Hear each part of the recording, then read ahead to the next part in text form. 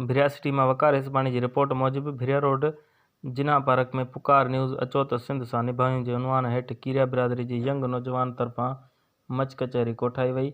Much कचहरी में भिरिया रोड जे कीरिया बिरादरी समेत भरपासे जे सभी माण्हुनि क़ौमी काज में शिरकत कई। सिंध जे नाले वारनि सुगड़नि उस्ताद मोहम्मद हसन हकड़ो, मोहम्मद बख्श सहतो, खलीफ़ो सोलंकी, अब्दुल समद सहतो, सईद अहमद कुरैशी, गुलाम फरीद सोलंकी, खलीफ़ो सोलंकी ॾोर बेत गुजारतूं ॿुधाए वाह वाह कराए छॾी। ॿिए पासे अलगोज़े नवाज़ अब्दुल गफ़ूर उजण सिंध जे साज़ ॿुधाए वेठलनि खे झूमण ते मजबूर कयो।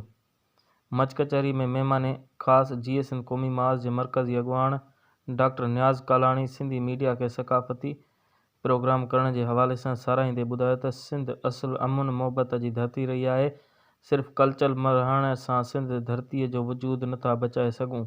असांजे नौजवान खे सिंध जे वजूद जी बका लाइ हक़ीक़ी जदोजहद करणी पवंदी। पुनल सारे चयो त सिंध ज़रई हुजण करे हाणे हवारिया होरिया इहे शयूं ख़तमु थींदियूं पियूं वञनि, पर सिंधी मीडिया खे जस हुजे जेका सिंध जी सक़ाफ़त खे डिसंबर में वॾी मुहिम हलाइण बैदि हिकु ॾींहुं वॾे जोश जज़्बे सां दुनिया खे ॿुधाइनि पिया त असीं हिकु वसी क़ौम आहियूं, असांजी हिकु अलॻि पंहिंजी जाग्राफ़िया आहे।